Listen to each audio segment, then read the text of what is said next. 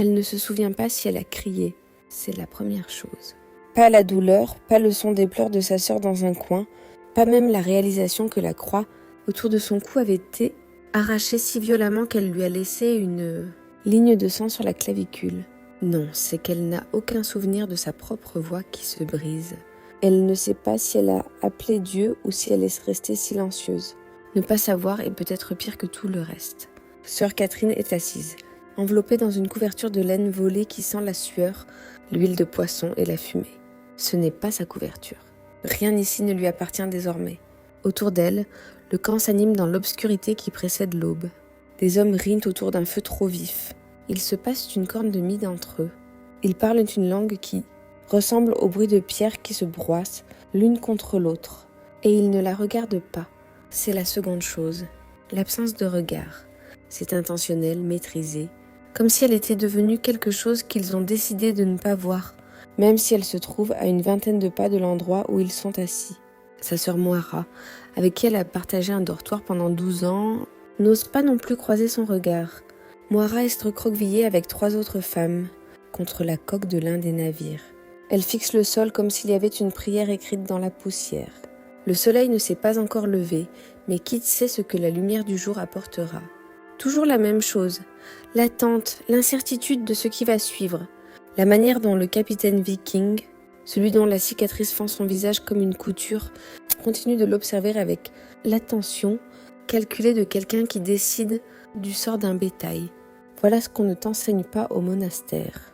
On t'enseigne les martyrs qui sont allés à la mort en chantant, les saints qui ont enduré la torture avec une foi inébranlable, les premiers chrétiens qui sont entrés dans les arènes et ont trouvé la paix dans les mâchoires des lions. Mais personne ne t'enseigne ce qui arrive, quand survivre devient le choix le plus cruel, quand vivre signifie oublier, quand un nouveau lever de soleil ressemble davantage à une punition qu'à une miséricorde. Si vous regardez ceci, vous savez déjà qu'il y a une raison pour laquelle cette histoire a été enfouie. Une raison pour laquelle il a fallu des siècles aux historiens pour reconstituer ce qui est réellement arrivé aux femmes de Lindisfarne, de Whitby et de dizaines d'autres monastères le long des côtes britanniques. Vous êtes sur le point d'entendre ce que les livres d'histoire ne racontent pas, ce que l'Église a passé des générations à terre. Car ceci n'est pas une histoire de martyrs glorieux. C'est une histoire de ce qui arrive lorsque le monde décide que votre foi n'a aucune importance, que vos vœux ne vous protègent pas et que votre Dieu est trop loin pour entendre vos appels. Sur Crimson Historians, nous ne purifions pas le passé. Nous l'exhumons. Nous le tirons de l'obscurité où les puissants l'ont enterré. Et nous rappelons les noms de ceux que le monde voulait oublier. Alors montez le volume, fermez la porte. Et si vous êtes le genre de personne qui croit que l'histoire doit être racontée entièrement, sans détour, et honnêtement, appuyez maintenant sur le bouton d'abonnement. Parce que ce qui est arrivé à ces nonnes est sur le point de changer à jamais votre vision de l'âge viking.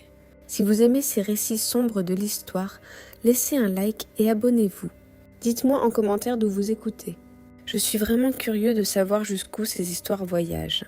Revenons maintenant sur cette île, avant l'arrivée des navires, avant que tout ne s'effondre. 3 jours avant le raid, Sœur Catherine écrivait. Le scriptorium était froid ce matin-là. Il avait toujours fait froid dans le scriptorium, mais ce froid-là était différent. Le genre de froid qui porte une intention, celui qui précède la chose qu'il est censé annoncer. Sœur Catherine ne le remarqua pas tout de suite. Elle était trop concentrée sur le manuscrit devant elle, trop absorbée par la reproduction minutieuse de mots latins copiés par des moines pendant des siècles avant que ses mains ne touchent le parchemin. Le livre de prière était destiné à un évêque de Durham, une commande qui avait déjà pris 3 mois et en prendrait encore 3 autres. Chaque lettre devait être parfaite. Chaque marge devait être calculée. Il n'y avait pas de place pour l'erreur dans un texte sacré. C'est ainsi qu'on le lui avait enseigné. Le scriptorium était une pièce étroite, située sur le côté oriental du couvent, avec 3 hautes fenêtres qui laissaient entrer la lumière sans laisser entrer les éléments. Catherine était assise à son pupitre, celui le plus proche de la fenêtre centrale, celui réservé aux copistes les plus expérimentés, et elle avançait méthodiquement dans les pages. Ses doigts étaient tachés d'encre de noix de Galles, une encre qui ne disparaissait plus vraiment au lavage. Il y avait sur ses mains des callosités permanentes dues à la manière dont elle serrait la plume. Son dos lui faisait mal après des heures passées penchée sur le pupitre, une douleur sourde devenue si familière qu'elle la remarquait à peine. Sœur Moira était assise 2 bureaux plus loin, travaillant sur son propre manuscrit, copiant des textes moins prestigieux, moins complexes. Moira était plus jeune que Catherine, seulement 26 ans, et ses mains n'étaient pas encore assez sûres. Elle faisait des erreurs. Elle devait les gratter avec un couteau et recommencer, perdant ainsi du parchemin précieux. Mais elle s'améliorait. Dans 5 ans, peut-être passerait-elle au type de travail que Catherine effectuait. Elle se travaillait depuis avant l'aube. La cloche des matines avait sonné à minuit, comme toujours. Les sœurs étaient entrées en file dans la chapelle, s'étaient agenouillées dans l'obscurité, avaient chanté leurs prières de mémoire, leur voix résonnant dans la pierre glacée, puis étaient retournées au dortoir pour 2 heures de sommeil avant que prime ne retentisse et que le cycle ne recommence. Au moment où la lumière du matin arriva, Catherine était déjà à son pupitre depuis 5 heures, et c'était le rythme de la vie conventuelle, prière et travail, travail et prière.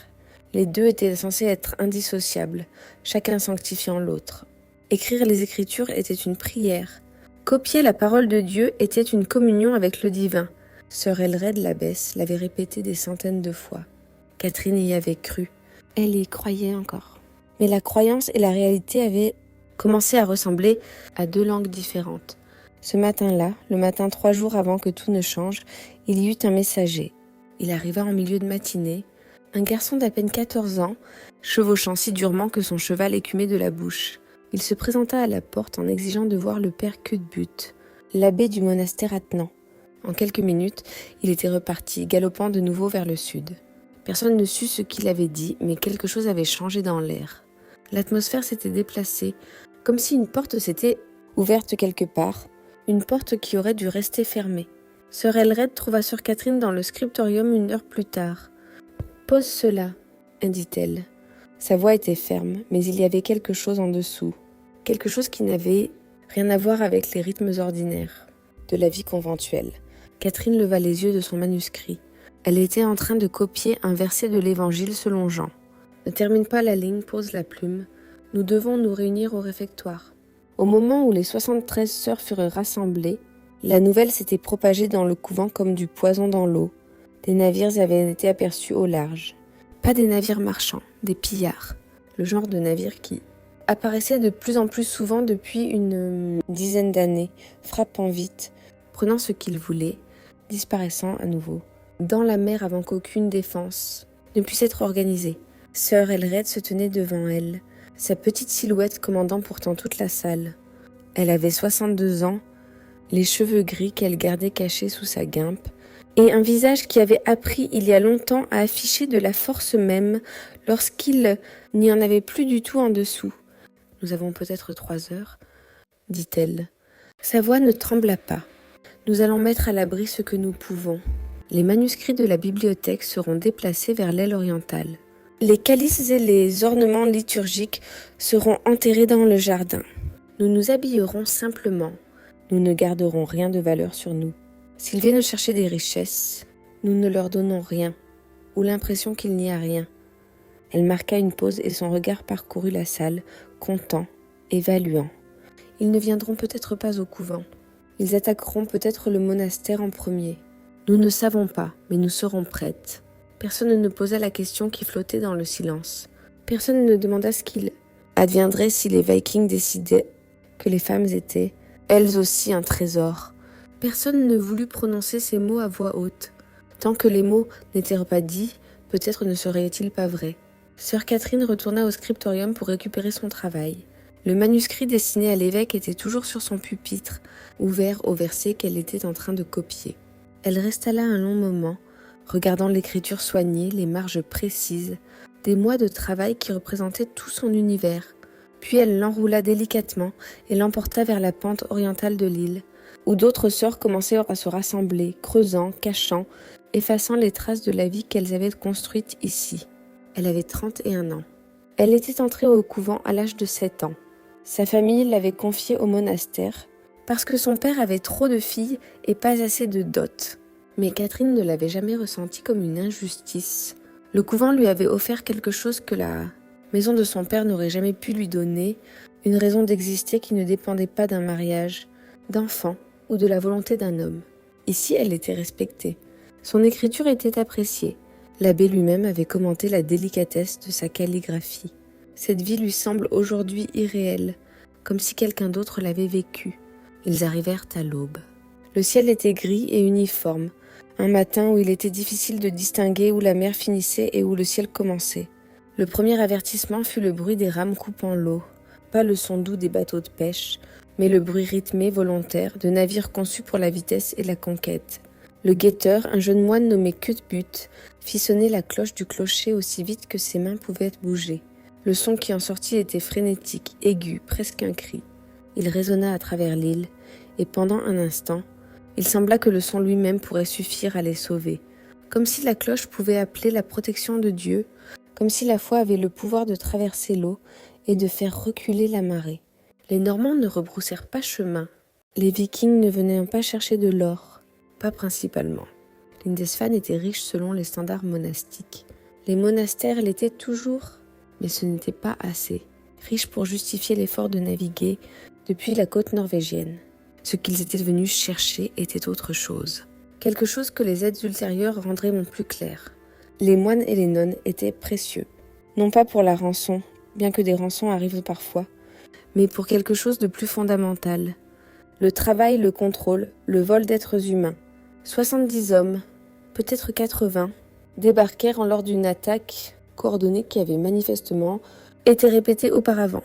Leurs visages étaient vernés par le sel et le soleil, leurs bras décorés de symboles et de cicatrices, racontant des histoires que l'esprit de Catherine ne pouvait pas vraiment saisir. Ils se déplaçaient à travers l'île avec la précision décontractée, d'hommes qui avaient déjà fait cela, qui avaient transformé la prise de monastère en un processus systématique. Ils ne brûlèrent pas les bâtiments, pas immédiatement. Ils étaient trop intelligents pour cela. Le feu détruit la valeur, détruit tout ce qui pourrait être vendu, saisi, réutilisé. À la place, ils commencèrent par le scriptorium, le dépôt de richesses déguisé en écriture sacrée. Ils rassemblèrent tous les manuscrits qu'ils pouvaient porter, livres reliés en cuir, textes enluminés, siècles de savoir accumulés. Ils les jetèrent dans des paniers tressés comme s'il s'agissait de trésors pillés, ce qu'ils étaient pour eux. Ensuite, ils passèrent par les dortoirs, le réfectoire, les salles d'études, tout ce qui était portable, tout ce qui avait de la valeur, tout ce qui pouvait être converti en argent sur des marchés lointains, mais aussi des personnes. Ils vinrent en dernier au couvent des femmes. Sœur Catherine était dans la chapelle, avec les autres, lorsqu'elle entendit les portes se faire briser. Le bruit était définitif, pas une menace, un fait. Bois éclaté, gonds de fer cédant, le son du monde physique refusant de les protéger davantage. Sœur Elred était à genoux devant l'autel. Elle ne bougea pas lorsque le capitaine Viking entra dans la chapelle, avec 6 hommes derrière lui. Elle resta simplement agenouillée, les mains jointes en prière, les yeux fixés sur le crucifix en bois qui pendait au-dessus de l'autel. C'était un acte de défi si profond, si total, que l'air de la chapelle semblait retenir son souffle. Le capitaine, un homme dont une cicatrice fendait le visage comme une couture, qui serait plus tard identifié dans les archives historiques sous le nom de Ragnar, un Yal de la région proche de l'Oslo moderne, la regarda longuement, puis il sourit. Ce n'était pas un sourire bienveillant. « Levez-les, qui dit-il en vieux norrois à ses hommes. Mettez-les en ordre. Nous les emmenons au navire. Les moines qu'ils ont tués, certains d'entre eux en tout cas, les vieux, les infirmes, ceux qui ont résisté, ceux qui croyaient vraiment que Dieu les protégerait, que la prière avait un sens, que leur foi était une armure contre le fer viking. Sœur, Elred regarda depuis la fenêtre du couvent alors qu'il traînait le père Cuthbert jusqu'à la plage. Il avait été abbé pendant 40 ans. Il avait baptisé la moitié des habitants de l'île. Il avait passé toute sa vie au service de Dieu. Les Vikings le frappèrent avec le tranchant plat de leur hache jusqu'à ce qu'il cesse de bouger, puis le laissèrent là sur le sable, comme un chargement abandonné, son corps commençant déjà à peser moins que les croix en bois qu'ils jetaient dans leur navire. Mais les nonnes, elles, ils ne les tuèrent pas. Les nonnes, ils les gardèrent. Le trajet jusqu'au navire dura 12 minutes. Catherine les compta. Ses mains avaient été liées avec une corde en cuir qui mordait ses poignets assez fort pour laisser des marques qui resteraient visibles pendant des semaines. 21 autres nonnes marchèrent devant elle en ligne, leurs guimpes déchirées, leurs visages de la couleur de vieux papier. Certaines pleuraient en silence, certaines priaient à voix basse. Sœur Moira psalmodiait le Notre Père en latin, si doucement qu'il était presque inaudible, comme si, en priant assez fort, en parlant dans la bonne langue, en accomplissant correctement le rituel, les Vikings ne pourraient pas l'entendre, comme si la foi était quelque chose qu'on pouvait cacher, quelque chose qui existait dans un domaine séparé de la réalité physique des poignets liés et des soldats armés de haches. Le capitaine Ragnar marchait le long de la ligne comme s'il évaluait du bétail sur un marché. Il était plus jeune que Catherine ne l'avait imaginé, peut-être 40 ans. Ses cheveux étaient tressés avec de l'os et du cuir. Ses yeux étaient d'un bleu si pâle qu'il semblait presque incolore, et il capturait chaque détail, la manière dont le voile de sœur Moira avait glissé, le tremblement dans les jambes de sœur Béatrix, le fait que Catherine ne l'avait jamais regardé directement, et comment cette distance, ce refus de reconnaître sa présence, semblait l'intéresser plus que tout le reste. Lorsqu'ils atteignirent la plage, Ragnar arrêta la ligne et se tourna vers elle. Il ne parla pas en anglais. Pourquoi le ferait-il ? Mais il y avait un homme avec lui, un marchand du nord d'Umbrie nommé Godwin, qui était devenu viking 3 ans auparavant, un homme qui avait choisi de devenir autre chose que ce pourquoi il était né. Et Godwin traduisit. Sa voix était ferme, ce qui rendait les choses encore pires, comme si c'était normal, comme si cela se produisait tous les jours, comme si la vente d'êtres humains n'était qu'une question de commerce. « Le Jarl dit que vous avez le choix », cria Godwin, son accent anglais se mêlant étrangement au mot « viking » qu'il traduisait. « Vous pouvez supplier pour la mort maintenant, et il vous l'accordera rapidement. Sa hache est tranchante. Sa miséricorde est réelle mais brève. » Il fit une pause, laissant ce message pénétrer leurs os comme le froid. « Où vous pouvez vivre, vous pouvez naviguer avec nous. Vous pouvez travailler. Vous pouvez devenir autre chose que ce que vous étiez et vous pourriez survivre. Vous pourriez construire quelque chose de nouveau. Certaines d'entre vous pourraient même être heureuses. » Personne ne bougea. Personne ne sembla même respirer. Ragnar sourit. Pas un sourire bienveillant. Le genre de sourire qui disait qu'il avait déjà décidé de la réponse avant même de poser la question. Le genre de sourire qui disait qu'un choix n'avait jamais été un vrai choix. Et le fait qu'on leur demandait d'en faire un n'était qu'une mise en scène pour son propre amusement. Le Jarl dit que la plupart d'entre vous mourront de toute façon, continua Godwin, sa voix devenue mécanique, sur les navires, en route vers le nord, de la fièvre, de la faim, de la mer qui n'a aucune pitié pour ceux qui n'y sont pas nés. Les plus forts survivront. Ceux-là ont de la valeur, les plus faibles. Il haussa les épaules. Mieux vaut le savoir maintenant que de transporter des cadavres à travers l'océan. Mieux vaut laisser la mer vous prendre ici, ou au moins cela ne nous coûte rien. Et Catherine sentit les jambes de sœur Béatrice céder à côté d'elle. Béatrice avait 63 ans. Elle avait été nonne plus longtemps que Catherine n'était vivante. Elle avait survécu à une abbesse, à une épidémie, à plus d'hivers qu'elle ne pouvait compter. C'était une femme d'une force considérable, du moins le pensait tout le monde. Mais la force a des limites. La compréhension a des limites. L'esprit humain a des limites à ce qu'il peut accepter avant de simplement cesser de fonctionner. Les Vikings la laissèrent tomber sur le sable. Personne ne l'aida à se relever. Ils restèrent là, tous, la regardant étendue comme une question sans réponse, comme un test de ce qu'ils feraient, de ce dont ils étaient capables. Ragnar la regarda allongée un long moment. Il fit un geste vers l'un des hommes, un mouvement décontracté comme s'il chassait un insecte. L'homme leva sa hache. Le soleil brillait sur la lame. Catherine se surprit à penser au manuscrit du scriptorium, à la manière particulière dont la lumière passait à travers les hautes fenêtres, à l'odeur de l'encre, à tout sauf à ce qui allait se passer. C'est la voix de sœur Elred qui arrêta tout. « Nous viendrons », dit-elle en anglais, claire, calme et posée, comme si elle acceptait une invitation à dîner, comme si elle prenait un simple engagement. Un tout, nous ne résisterons pas. Nous irons, nous travaillerons, nous ferons ce qui est nécessaire, mais nous viendrons. Il y avait quelque chose dans sa voix, une qualité de certitude absolue, une sorte de connaissance qui semblait dépasser la compréhension humaine normale, qui fit hésiter Ragnar. Il l'étudia, l'abbesse, la seule personne dont l'autorité ne signifiait plus rien, mais qui se tenait comme quelqu'un qui comprenait les mécanismes du pouvoir. Il hocha la tête vers Godwin. « Dis-lui que c'est sage. Dis-lui que ceux qui résistent meurent plus lentement. » Il fit une pause. Il semblait vraiment réfléchir à quelque chose. Dis-lui que la seule chose qui la gardera en vie, elle et toutes les autres, c'est si elle garde les autres dociles. Si elle devient utile, elle pourrait même finir par se sentir à l'aise avec ce qu'elle est maintenant. Catherine ne savait pas ce que cela signifiait. Pas encore. Le navire sentait le poisson pourri, les hommes non lavés et quelque chose d'autre en dessous. Quelque chose d'ancien et d'organique qui suggérait que des choses étaient mortes. Dans le bois il y a longtemps et ne s'était jamais complètement décomposé. C'était l'odeur d'un navire ayant transporté des cargaisons humaines auparavant. L'odeur de la souffrance qui avait imprégné les planches. Elles étaient enchaînées sous le pont. Toutes les 22 entassées dans un espace conçu pour le fret, pas pour des personnes. Il n'y avait pas d'hublot.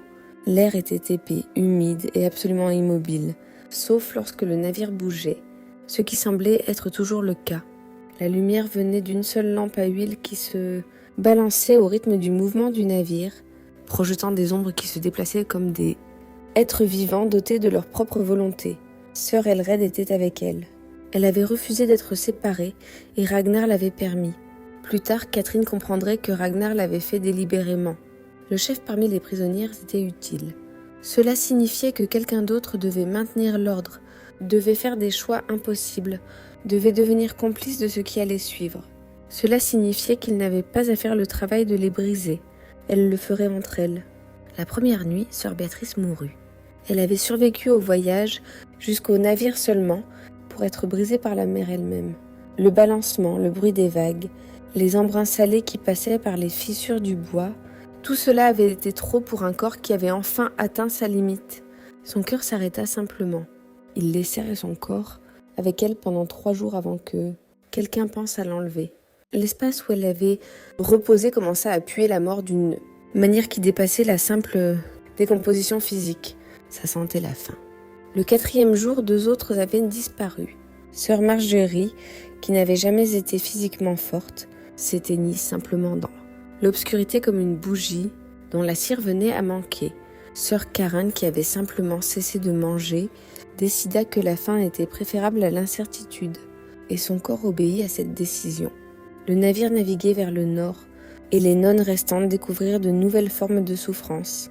La faim qui n'était pas tout à fait la famine, mais suffisamment pour ralentir et déformer vos pensées. Le froid qui ne partait jamais complètement, même sous le pont. La façon dont votre corps commençait à oublier ce que la propreté ressentait, ce que le soleil ressentait, ce que la liberté ressentait. Mais ces choses étaient presque supportables, presque. Ce qui importait vraiment, c'étaient les voix des hommes. C'étaient les pas descendants dans le trou qui importait. Ils descendirent parfois la nuit, principalement. Pas tous, habituellement 2 ou 3 à la fois, parfois un seul, ivre de moi, se déplaçant avec la coordination, l'âge de quelqu'un qui avait décidé que les règles sociales normales ne s'appliquaient plus. Il choisissait une nonne et l'emmenait sur le pont. Ou parfois, plus souvent à mesure que le voyage avançait, il le faisait là, à la faible lumière de la lampe à huile, tandis que les autres essayaient de ne pas regarder, de ne pas entendre, de se convaincre que détourner les yeux équivalait à ce que cela ne se produise pas, que le silence équivalait à l'absence. Sœur Catherine apprit très vite que la seule chose qui vous protégeait était l'invisibilité.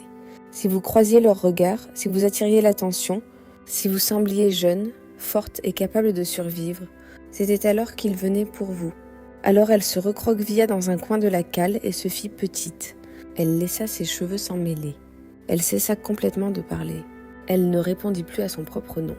Elle devint une ombre parmi les ombres, et cela fonctionna pour la plupart du temps. Il y eut une nuit, peut-être 2 semaines après le début du voyage, lorsqu'un homme descendit l'échelle. Il était ivre. Catherine put sentir l'odeur de la viande sur lui avant même qu'il n'atteigne le bas. Il se déplaçait avec la confiance désinvolte de quelqu'un qui avait bu depuis l'aube. Il regarda autour de la cale, les femmes recroquevillées dans l'obscurité, et ne pointa pas Crine, mais sœur Elred. L'abbesse ne résista pas. Elle se leva, marcha vers lui comme si elle avait attendu ce moment et le laissa la conduire sur le pont.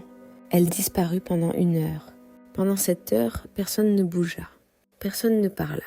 Les sœurs restantes restèrent assises dans l'obscurité, comme si elles avaient été changées en pierre.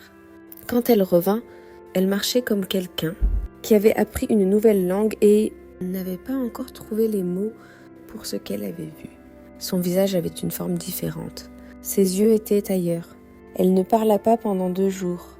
Lorsqu'elle le fit enfin, c'était pour dire aux nonnes restantes d'obéir, de ne pas se battre, de ne pas résister, d'accepter ce qui se passait et de trouver un moyen de survivre à l'intérieur de cela. Vos âmes ne vivent pas dans vos corps, dit-elle doucement, et sa voix portait un poids qui faisait que tout le monde écoutait. Cela pouvait être la chose la plus dangereuse qu'elle ait jamais dite ou la plus sage. Vos âmes sont ici. Elle montra sa poitrine. Et ce qu'ils prennent, ce qu'ils font, cela ne touche pas à cela. Vous pouvez protéger cette partie de vous-même. Vous devez protéger cette partie de vous-même. Sinon, il ne restera rien lorsque tout cela sera terminé. Sœur Moira avait demandé, sa voix à peine un murmure, à peine audible dans l'obscurité de la cale. Comment protéger quelque chose comme ça? Sœur Elred l'avait regardé longuement. Puis elle avait dit « Je ne l'ai pas encore compris. Le raid sur Lindisfarne eut lieu en 793. Le registre historique est clair à ce sujet. Des moines et des nonnes furent capturés, des trésors furent volés, des bâtiments furent incendiés. En quelques semaines, le vénérable abbé en écrivit, en termes anglo-saxons, une attaque terrifiante par des barbares païens sur les lieux les plus sacrés de la chrétienté, le début d'un âge sombre, un signe du jugement de Dieu. Ce que le registre historique ne dit pas, c'est ce qui est arrivé aux 73 femmes qui disparurent de cette île. Pendant des siècles, on supposa qu'elles étaient mortes, tuées lors du raid initial ou noyées en mer, ou perdues à cause d'une peste ou de la fièvre pendant le voyage vers le nord. L'Église passa à autre chose. De nouvelles nonnes prirent leur place. Le couvent fut reconstruit.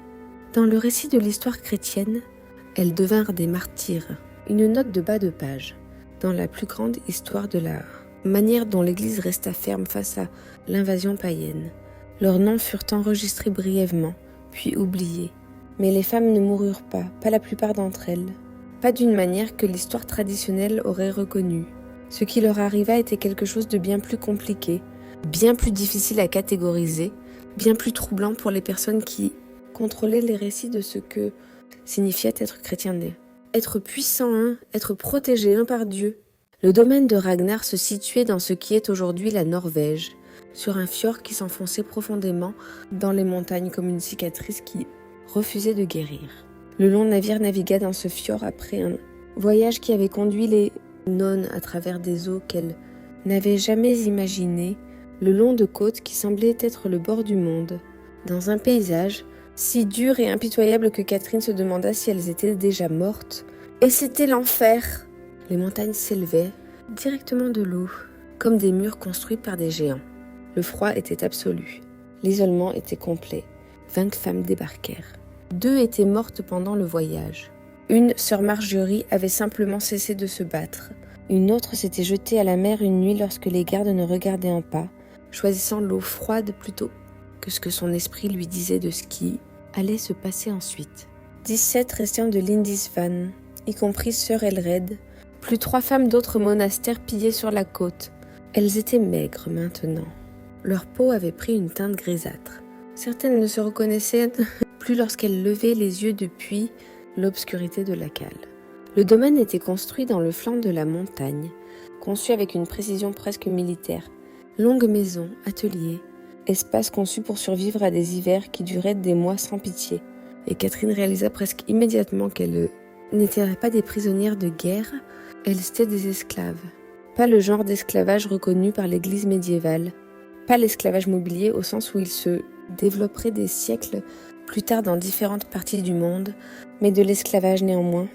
On leur donna du travail, cuisiner, nettoyer, raccommoder des vêtements, s'occuper des animaux, préparer le poisson pour les réserves d'hiver. On leur donna de la nourriture, pas beaucoup, mais assez pour survivre. On leur donna un abri, et en échange, on s'attendait à ce qu'elles acceptent une nouvelle réalité. Elles n'étaient plus des nonnes. Elles n'étaient plus chrétiennes au sens pratique. Elles étaient une propriété. Ragnar avait rendu cela clair dès le premier instant, parlant à nouveau par l'intermédiaire de Godwyn, le traducteur qui était devenu une présence constante. Vous travaillerez, vous obéirez, vous oublierez le Dieu qui ne vous a pas protégé. Vous apprendrez notre langue, vous oublierez le vôtre. Et si vous êtes utile, vous vivrez. Si vous ne l'êtes pas, si vous devenez un fardeau, si vous cessez d'être productive. Il ne prit même pas la peine de finir sa phrase. Elles comprirent. La question était, que se passe-t-il ensuite ? Que se passe-t-il quand le travail est terminé ? Que se passe-t-il quand le soleil se couche et que le domaine devient silencieux ? C'est alors que Catherine comprit pourquoi les Vikings, pourquoi Ragnar spécifiquement, les avait amenés au nord, pas pour le travail. Pas vraiment, le travail était secondaire, utile, mais pas l'objectif principal. Ce pourquoi elles avaient été amenées était la possession, le contrôle, l'affirmation du pouvoir sur quelque chose qui se croyait hors de leur portée. Les femmes chrétiennes étaient symboliques, saintes, protégées par l'Église, par Dieu, par des siècles de doctrines qui disaient que certaines femmes étaient intouchables, sacrées, destinées à être laissées seules, les prendre, les briser, les transformer en autre chose que ce qu'elles étaient. C'était un message non pas pour les femmes elles-mêmes, mais pour Dieu, pour le monde, pour les royaumes chrétiens d'Europe. Cela disait, votre protection ne vaut rien, votre foi ne vaut rien, vos murs ne valent rien. Je peux prendre ce que vous chérissez le plus et vous ne pouvez rien y faire. Hontement, Sœur Alred les avait mises en garde sur ce qui allait arriver. Elle avait essayé de les préparer pendant les nuits sur le navire, parlant à voix basse, mais il n'y avait aucune préparation pour cela, aucune prière, aucune foi, aucune discipline mentale capable de combler le fossé entre ce qu'elle avait été et ce qu'elle devenait. Les Vikings les avaient amenés au nord pour l'hiver. Catherine comprit cela progressivement. Le domaine avait été conçu pour les mois brutaux à venir. Ils avaient besoin de main-d'œuvre pour préparer, de nourriture à conserver, de feu à entretenir, d'animaux à soigner, mais ils avaient aussi besoin de femmes pour le confort, pour l'usage, pour l'affirmation de domination que les hommes semblaient désirer autant qu'ils désiraient de la nourriture.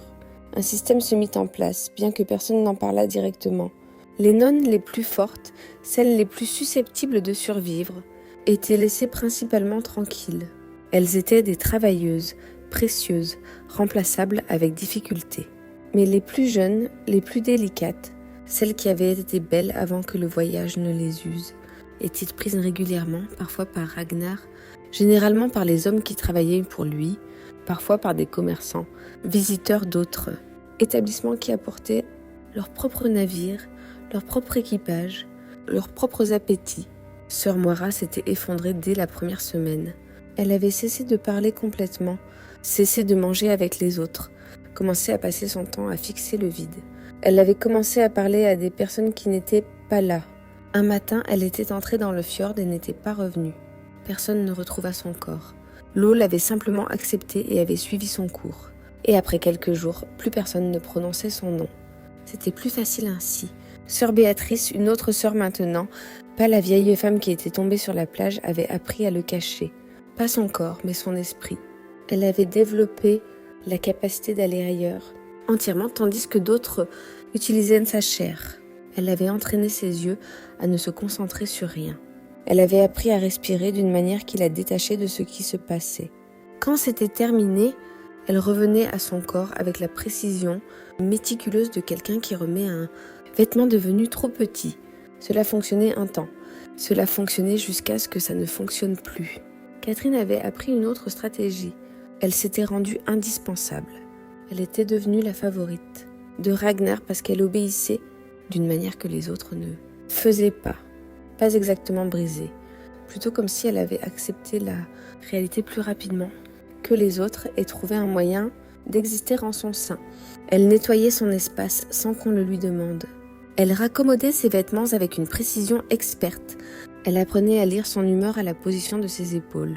Elle anticipait ses besoins avant qu'il n'ait à les exprimer et en échange on la laissait tranquille la plupart du temps. Parfois il la voulait mais rarement. La plupart du temps il voulait sa conformité, sa présence et son utilité. C'était presque une miséricorde. Presque.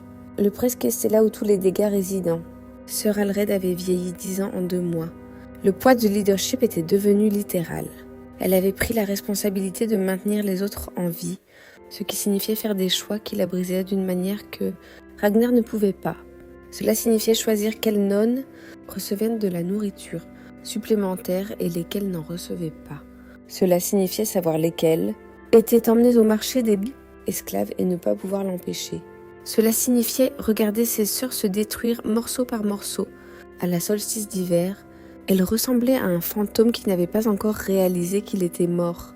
L'hiver de cette année-là fut dévastateur. La neige tombait en quantité qu'aucune des nonnes n'avait jamais connue. Les congères enterraient à la moitié inférieure des longues maisons. La température chutait si bas que les engelures devenaient un ennemi aussi, dangereux que les Vikings eux-mêmes. 3 des femmes restantes ne survécurent pas. Elles se figèrent simplement dans leur sommeil, leur corps s'éteignant alors que le froid devenait enfin trop intense. Sœur Hilde, sœur Catherine, sœur Margaret, leurs noms seraient oubliés.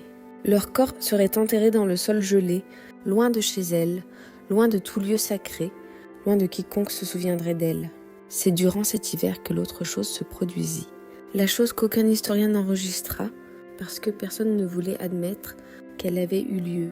La chose qui rendait l'histoire déjà inconfortable, complètement impossible à intégrer dans les récits officiels. Certaines des nonnes tombèrent enceintes. Pas toutes. Certaines avaient été épargnées par cette cruauté spécifique. Mais 7 d'entre elles portèrent la preuve de ce qui leur avait été fait, leur ventre s'arrondissant chaque mois comme si leur corps était un traître. Les Vikings semblaient indifférents. La grossesse n'arrêtait pas le travail. Elle n'arrêtait pas les hommes quand ils venaient en chercher les femmes. Elle ne changeait rien, sauf que les femmes devenaient plus désespérées, plus brisées, plus certaines que ce qui allait suivre serait pire que ce qui se passait actuellement. Sœur Crine était parmi elles. Elle ne voulait pas se souvenir du moment où elle l'avait réalisé. Elle ne voulait pas reconnaître ce que cela signifiait. Pendant des semaines, elle se disait que c'était une maladie. Son corps s'affaiblissait. Le froid l'affectait. Le régime de poissons séchés et de pain dur dérangeait son estomac. Mais lorsque l'hiver fut profond, elle ne put plus le nier. Quelque chose grandissait en elle, quelque chose qui ne devrait pas exister. Un enfant issu d'un viol. Un enfant qu'elle ne porterait jamais à terme si elle avait le moindre choix à ce sujet. Elle se retrouva un après-midi au bord du fjord, regardant l'eau qui s'était gelée sous le froid. Cela aurait été facile, un pas. La glace pourrait tenir ou se briser. L'eau ne résisterait pas. Le froid ne serait douloureux que brièvement, puis plus rien. Puis la paix. Sœur Alred l'avait trouvée là. L'abbesse était simplement apparue à côté d'elle, et Catherine n'avait même pas remarqué son approche. L'abbesse avait dit « Ne fais pas ». C'était tout, juste ce mot unique « Ne fais pas ». Pourquoi ?» avait demandé Catherine. « À quoi bon ? Nous sommes mortes de toute façon. Nous sommes mortes depuis Landsvan. Tout ce qui suit n'est que le corps, essayant de rattraper ce qui est déjà arrivé à l'âme. » Sœur Hilred était restée silencieuse un long moment. Puis elle avait dit « Parce qu'ils veulent te voir morte, et je ne leur donnerai pas cette satisfaction. Je ne leur laisserai pas cette victoire. » 2 semaines plus tard, sœur Catherine avait perdu l'enfant. Que ce fût à cause du froid, du refus de son corps, ou simplement de la violence qui ne cessait jamais tout à fait, elle se réveillait un matin, et ce qui grandissait en elle avait disparu. Du sang, de la douleur et une faim qui venait comme une miséricorde. Elle n'en avait jamais parlé. Aucune d'elles n'en avait parlé. Ce sont des choses qui se passent dans le silence, dans l'obscurité, dans les espaces entre la survie